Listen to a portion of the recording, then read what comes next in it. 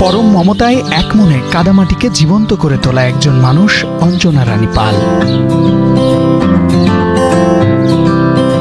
3 দশকের বেশি সময় ধরে এভাবেই মনের আবেগ মাটি দিয়ে ফুটিয়ে তোলার নিপুণ দক্ষতার কারণে যার সুনাম এখন সর্বত্র। শুধু অঞ্জনা রানী পালই নয়, তার মতো আরও অনেকের কারণে মানিকগঞ্জের তিল্লি গ্রামের কুমারপাড়া আজ দেশ জুড়ে এক আলোচিত নাম।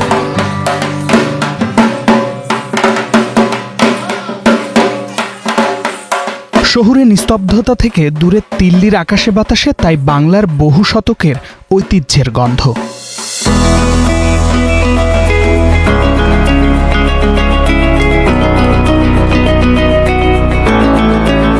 তবে এ পল্লীর কুমারদের ব্যস্ততা বাড়ে বাংলা নববর্ষের উৎসবকে ঘিরে।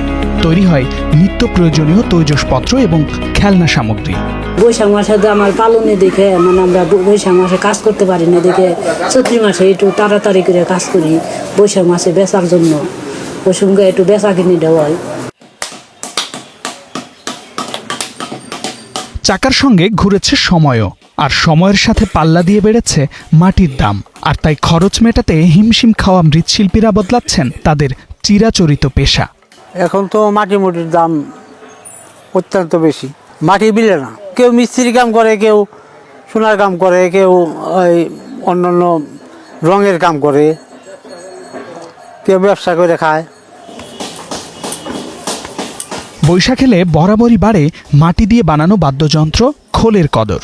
চৈত্র মাসে কাজ করি, তাড়াহুড়া করে কাজ করি। তারপরে আপনার পয়লা বৈশাখের যে মেলা হয়, মেলাতে আমরা মাল হাড়ি পাতে লেগুলা উঠাই, বিক্রি করি, অনেক বেচা কিনি ভালো হয়। কাদামাটিকে আকার দেবার পর তপ্ত রোদে শুকানো হয় শিল্পীর শিল্পকর্ম। এরপর বিশেষ এক চুলায় তা পুড়ানো হয়। কুমারদের ভাষায় যাকে বলা হয় পুন। সাধারণত বাড়ির নারীরাই এ কাজের অন্যতম শক্তি। হাটবারে কেনাবেচা, উপকরণ সংগ্রহের পাশাপাশি বাড়ির কর্তারাও থাকেন এ কাজের সাথে। মাটি থেকে কাদা, তারপর বাংলার আদি রূপের প্রতিচ্ছবি, যেখানে মাটির সঙ্গে মিশে থাকে শ্রমজীবী মানুষের ঘাম আর সংস্কৃতি।